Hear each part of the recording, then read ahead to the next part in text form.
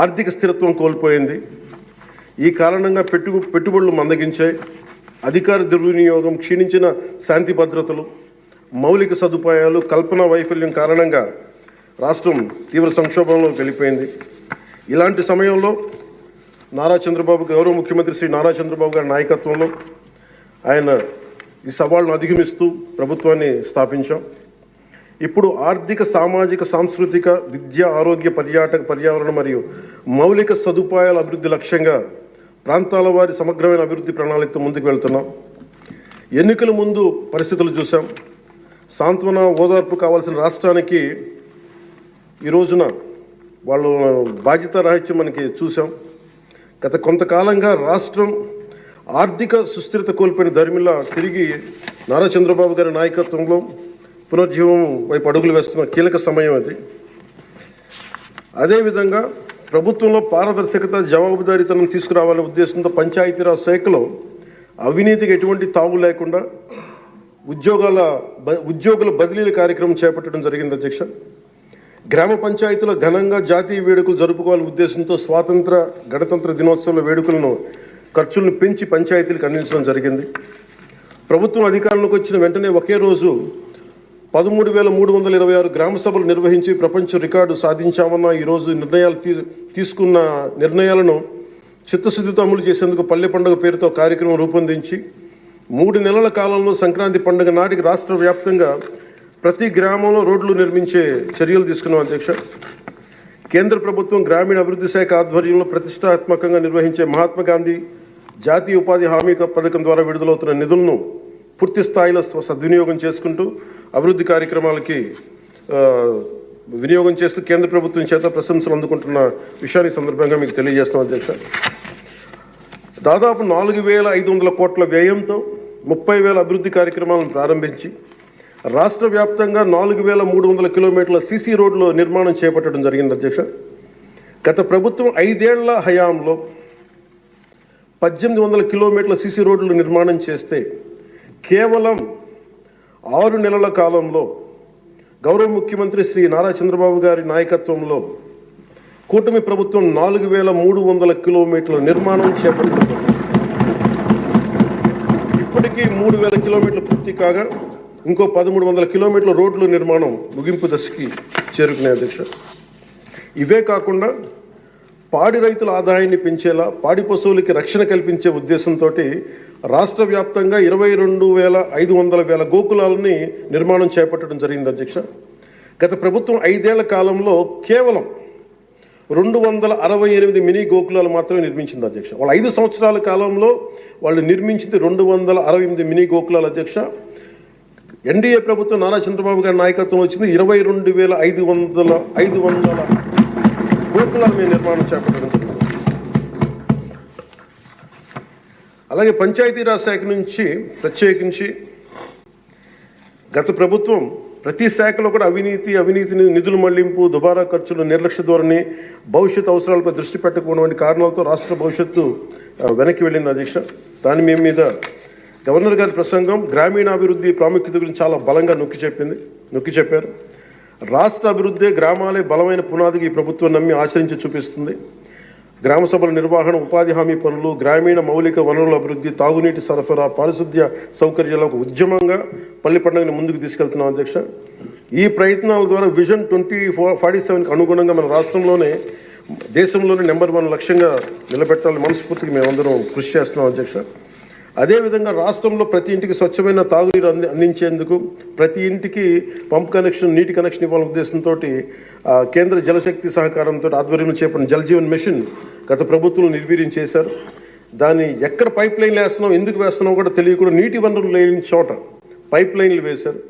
అలా నిధులను చాలా దుర్వినియోగం జరిగింది. ఇప్పుడు దాన్ని ముందుకు తీసుకెళ్తున్నాం అధ్యక్ష. అలాగే మేము వచ్చినప్పుడు ఎన్నికల సమయంలో కుల గణన మాత్రమే కాదు, యువతలో నైపుణ్య గణన జరగాలని మేమందరం కోరుకున్నాం అధ్యక్ష, గౌరవ ముఖ్యమంత్రి గారి ఆధ్వర్యంలో. దాని ప్రకారమే విద్యాశాఖ మంత్రి, హెచ్ఆర్డి మినిస్టర్ శ్రీ గౌరవ మంత్రివర్యులు శ్రీ నారా లోకేష్ గారి ఆధ్వర్యంలో ఈ రోజున ఇక్కడ మనకి మంగళగిరిలో దాన్ని పైలట్ ప్రాజెక్టుగా ఈ స్కిల్ డెవలప్మెంట్కి సంబంధించిన సెన్సస్ జరుగుతూ ఉంది అధ్యక్ష. మనస్ఫూర్తిగా వారికి నా ధన్యవాదాలు కృతజ్ఞతలు తెలియజేస్తాను అధ్యక్ష. అలాగే ఆయన నాయకత్వంలో వీసీల నియామకం 10 మెరిట్ ఓరియంటెడ్, బీసీలని కాదు అన్ని కులాలకి న్యాయం జరిగేలాగా దాదాపు 10 మంది మెరిట్ ఓరియంటెడ్ వీసీలు నియమించింది మనస్ఫూర్తిగా వారికి నా అభినందనలు తెలియజేస్తాను అధ్యక్ష. అదేవిధంగా సామాన్యులకి వైద్య ఖర్చులు భారం కాకూడదనే ఉద్దేశంతో ఎన్నికలు ఇచ్చిన హామీ ప్రకారం 25 లక్షలు 2.5 లక్షల నుంచి 25 లక్షల ఆరోగ్య బీమా అందించే లక్ష్యంతో ప్రణాళిక సిద్ధం చేస్తున్నందుకు మనస్ఫూర్తిగా ముఖ్యమంత్రి గారికి నా ధన్యవాదాలు తెలియజేస్తాను. ఇందులో భాగంగా గత ప్రభుత్వం 1000 రూపాయలు పెన్షన్ పెంచడానికి 5 ఏళ్ల సమయం తీసుకుంటే కూటమి ప్రభుత్వం అధికారంలో వచ్చిన నెల రోజుల్లోనే గౌరవ ముఖ్యమంత్రి శ్రీ నారా చంద్రబాబు నాయుడు గారి నాయకత్వంలో 1000 రూపాయలు పెన్షన్ పెంచి ప్రభుత్వ యంత్రాంగంలోనే 1వ తేదీనే పెన్షన్ల పంపిణీ కార్యక్రమాన్ని చాలా దిగ్విజయంగా పూర్తి చేయగలుగుతుంది. అలాగే ఆడబిడ్డలకు ఇచ్చిన మాట నిలబెట్టుకుంటూ సంవత్సరానికి 3 ఉచిత గ్యాస్ సిలిండర్లని అందజేస్తాం అధ్యక్ష. అలాగే భారత సంస్కృతి మూలం వసుదైక కుటుంబం, ప్రకృతితో మనుషులతో పాటు సకల చరాచర జీవజాలం చెట్లు పరిరక్షించుకోవాలనే లక్ష్యంతో అటవీ పర్యావరణ శాఖ దృఢ సంకల్పంతో పనిచేస్తున్న అధ్యక్ష. రాష్ట్రంలో పచ్చదనాన్ని 50% పెంచే ఉద్దేశంతో రాష్ట్ర వ్యాప్తంగా సుదీర్ఘకాలం జీవించే దేశీయ మొక్కల్ని పెంపకం చేపట్టడం జరిగింది. అలాగే ప్రత్యేక దృష్టి మనకి మన్యం, పార్వతీపురం, చిత్తూరు జిల్లాలో కూడా అటవీ ఏనుగుల నుండి రైతులు తరచుగా ఎదుర్కొంటున్న సమస్యలను పరిష్కరించేందుకు కర్ణాటక రాష్ట్ర ప్రభుత్వంతో కూడా forest minister Karnataka forest minister Eshwar Khandre గారికి కూడా నేను వెళ్ళి కలవడం జరిగింది అధ్యక్ష. వారికి మనకు సంబంధించి ఇక్కడ టీమ్ చేయడానికి అక్కడ కుంకి ఏనుగుల్ని మనకి తీసుకొచ్చేందుకు మనం చర్యలు తీసుకుంటా ఉన్నాం అధ్యక్ష. ఈరోజు నిన్న రాత్రి ముఖ్యంగా చిత్తూరు మన అన్నమయ్య జిల్లాలో జరిగింది, చాలా బాధ కలిగిన తర్వాత 3 చనిపోయారు. దీనికి ప్రత్యేకంగా ఇప్పుడే సమీక్ష నిర్వహించి వస్తున్నాను అధ్యక్ష. ఇది మీ ద్వారా ప్రజలందరికీ కూడా తెలియజేయాలనుకుంటుంది ఏంటంటే, కొన్ని ప్రత్యేకమైన ఈ దేవాలయాలు కానీ కొన్ని అటవీ దాని కింద ఉన్నాయి అటవీ భూభాగము. నిన్న జరిగిన ఇన్సిడెంట్ అధ్యక్ష, అది రెగ్యులర్ రూట్ వాళ్ళు వాడలేదు అధ్యక్ష.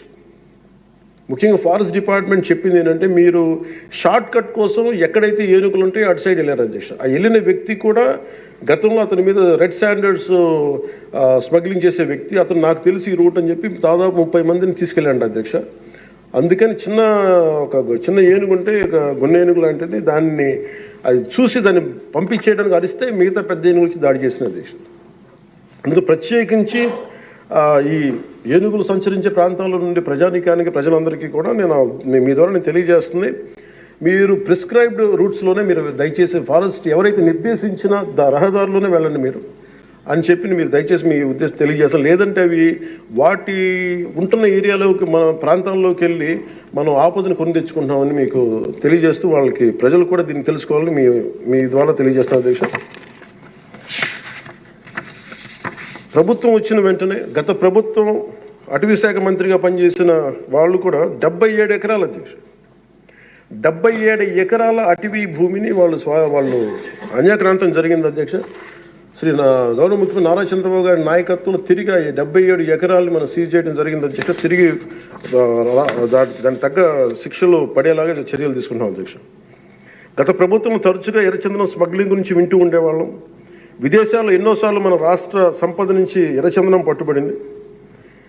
ఉదాహరణకి మీకు ఒక సంఘటన చెప్తాను అధ్యక్ష, ఎంత నెగ్లిజెంట్గా ఉన్నారంటే, నేను కుంకి ఏనుగుల గురించి కర్ణాటకకి వెళ్ళాను అధ్యక్ష.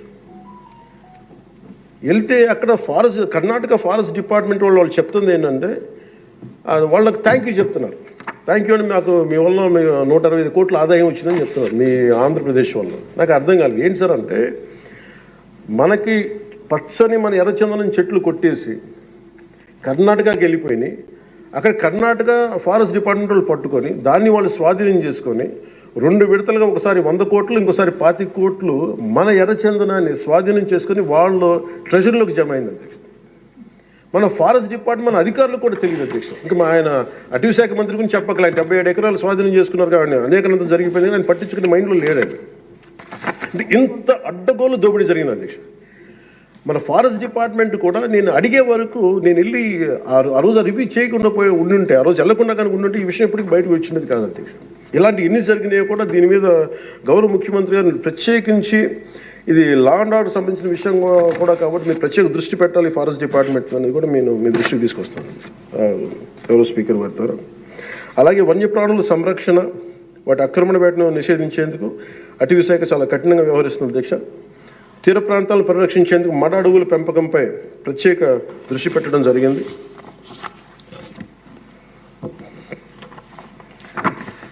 గౌరవ ముఖ్యమంత్రి గారికి దాదాపు ఒక 2 నెలల క్రితం వారి దృష్టికి వెళ్ళిన అధ్యక్ష, వారి దృష్టికి కొన్ని విషయాలు తీసుకొచ్చాను. గత 5 సంవత్సరాల కాలంలో చాలా గిరిజన, ముఖ్యంగా మీకు తెలుసు ఉత్తరాంధ్ర ప్రాంతంలో గిరిజన ప్రాంతాల్లో అసలు డోలీల ద్వారా పేషెంట్స్ని తీసుకొచ్చి అంబులెన్స్ వెళ్ళలేని గ్రామాలు ఉన్నాయి, రోడ్లు లేని గ్రామాలు ఉన్నాయి. చాలామంది మనకి న్యూస్ పేపర్లో మనకి న్యూస్ వచ్చేది, డోలీల ద్వారా తీసుకొచ్చి వాళ్ళు ఇబ్బంది పడే విధానం, దారిలోనే వాళ్ళకి డెలివరీ అయిపోయే పరిస్థితి, చాలా ప్రమాదకరమైన పరిస్థితులు ఉంటే గౌరవ ముఖ్యమంత్రి గారు అపాయింట్మెంట్ తీసుకుని ఒకసారి చెప్పాను, సార్ మన దగ్గర ఆర్థిక పరిస్థితి అన్నీ తెలిసి కూడా నేను ఆయన ఒత్తిడి పెట్టడానికి వెళ్ళాను. సార్ మీరు ఇట్లా ఉంది పరిస్థితి అంటే ఆయన అడ్మినిస్ట్రేటివ్ శాంక్షన్ ఒక 35 కోట్లు ఆ రోజున పెద్ద మనసుతో ఇచ్చారు అధ్యక్ష. ఆ తర్వాత అలాగే మన కేంద్రంలో కొన్ని స్కీమ్స్ ఉన్నాయి, వాటన్నిటి ద్వారా తీసుకెళ్ళి ముందు రోడ్లు వేస్తే అధ్యక్ష ఈ రోజున ఇది మీ దృష్టికి తీసుకొస్తున్నాం ప్రజలందరికీ మీ ద్వారా. రహదారి నిర్మాణంతో 7 దశాబ్దాల కాలంలో సార్ తొలిసారిగా అంబులెన్స్ కూత విన్న గిరిజన గ్రామం పొలంగూడ అధ్యక్ష. సకాలంలో అంబులెన్స్ రావడంతో నిమిషాల్లో ఆసుపత్రికి చేరుకొని ఆరోగ్యమైన మగబిడ్డకి జన్మనిచ్చింది ఒక గిరిజన మహిళ. గత ప్రభుత్వ హయాంలో గ్రామీణ అభివృద్ధి కోసం కేటాయించిన నిధులను దారి మళ్లించడం కారణంగా ప్రజల అభివృద్ధికి నోచుకోలేకపోయారు అధ్యక్ష. కానీ గత ప్రభుత్వ తప్పిదాలను సరిచేస్తూ అధికారులకు వచ్చిన రోజు నుండి గ్రామీణ అభివృద్ధి లక్ష్యంగా వికసిత్ భారతంలో ఏ ఒక్క గ్రామం కూడా అభివృద్ధికి మన స్వర్ణాంధ్ర ఉండే ఏ గ్రామం కూడా అభివృద్ధికి దూరం కాకూడదు అన్న సంకల్పంతో గౌరవ ముఖ్యమంత్రి శ్రీ నారా చంద్రబాబు నాయుడు గారి నేతృత్వంలో రాష్ట్ర ప్రభుత్వం కృత నిశ్చయంతో పనిచేస్తున్న అధ్యక్ష. గిరిజన గ్రామాలు, కొండ ప్రాంతాల్లో డోలీ మోతలు ఈ ముగింపు పలికే దిశగా ఆంధ్రప్రదేశ్ ప్రభుత్వం పంచాయతీరాజ్ గ్రామీణాభివృద్ధి శాఖ ఆధ్వర్యంలో చేపట్టిన మౌలిక సదుపాయాల కల్పనలో భాగంగా శ్రీకాకుళం జిల్లా కొత్తూరు మండలం గుట్టుపల్లి నుండి పొలంగూడ వరకు నూతన బీటీ రోడ్డు నిర్మాణం కొరకు మహాత్మా గాంధీ జాతీయ ఉపాధి హామీ పథకం కింద 21-22 ఆర్థిక సంవత్సరంలో మంజూరు చేయడం జరిగింది అధ్యక్ష. దీనిని సీతంపేట గిరిజన సంక్షేమ ఇంజనీరింగ్ డిపార్ట్మెంట్ ఏజెన్సీ పని పూర్తి చేయాల్సి ఉంది. నూతన ప్రభుత్వం ఏర్పడిన తర్వాత అధికార యంత్రాంగంతో సమీక్షలు నిర్వహించి ఏ రోడ్లు అయితే చేయలేదో కొన్ని రోడ్లని ప్రత్యేకించి ఒక రోడ్డుని ఎన్నుకొని ఈ రోడ్డు నిర్మాణం పూర్తి చేసేందుకు కావాల్సిన చర్యలు తీసుకోవడం జరిగింది అధ్యక్ష. 2024 డిసెంబర్ నెలలో 2.5 కిలోమీటర్ల బీటీ రోడ్డు నిర్మాణం మొదలుపెట్టి 2025 జనవరి నెలాఖరు నాటికి ఈ నిర్మాణం పూర్తి చేయడం జరిగింది అధ్యక్ష. ఇది వేర్వేరు మండలాలు, జిల్లాలు కలిపేందుకు ఈ మార్గం ఉపయోగపడటం వల్ల పొలంగూడని సీతంపేటకు వచ్చేందుకు దాదాపు 25 కిలోమీటర్ల ప్రయాణ దూరం తగ్గింది అధ్యక్ష. రోడ్డు నిర్మాణం కారణంగా 23 ఫిబ్రవరి 2 రోజుల క్రితం 25 నాడు తొలిసారిగా ఇందాక మీకు చెప్పినట్టుగానే అంబులెన్స్ కూతురు గ్రామ ప్రజలు విన్నారు అధ్యక్ష. పురిటి నొప్పులతో బిడ్డకు జన్మనిచ్చేందుకు ఇబ్బంది పెడుతున్న శ్రీమతి సవర సబియాక అనే గిరిజన సోదరి గిరిజన సోదరి మహిళ ఈ నూతన రహదారి మీదుగా నిమిషాల వ్యవధిలో హిరమండలంలోని ప్రాథమిక ఆరోగ్య కేంద్రానికి తీసుకురావడం జరిగింది అధ్యక్ష. చాలా మగబిడ్డకి జన్మనిచ్చారు. ఈ రహదారి ఏర్పాటు ద్వారా 6 గిరిజన గ్రామాలకు సంబంధించిన 1260 మంది డోలీ మోతల కష్టాలని నారా చంద్రబాబు నాయుడు గారి నాయకత్వంలో ఈ రాష్ట్ర ప్రభుత్వం తీర్చింది అధ్యక్ష. ప్రత్యేకించి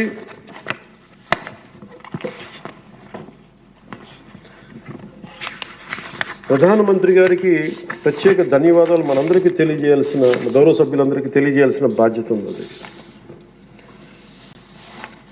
ఆంధ్రప్రదేశ్ గత వారి పాలనలో, వైసీపీ పాలనలో నలిగిపోతున్న దశలో ఏ ఒక్కరికి కూడా నేను ఎంత నిర్లక్ష్యంగా ఎంత దుర్మార్గంగా ప్రవర్తించిన విధానం ఇక్కడే చట్టసభలో అలా ప్రవర్తిస్తున్న రియల్ లైఫ్లో మీకు వాస్తవానికి వాళ్ళు ఎలా చేశారో తెలుసు. ఇలాంటి పరిస్థితుల్లో ఇంకొకసారి వాళ్ళ ప్రభుత్వం వస్తే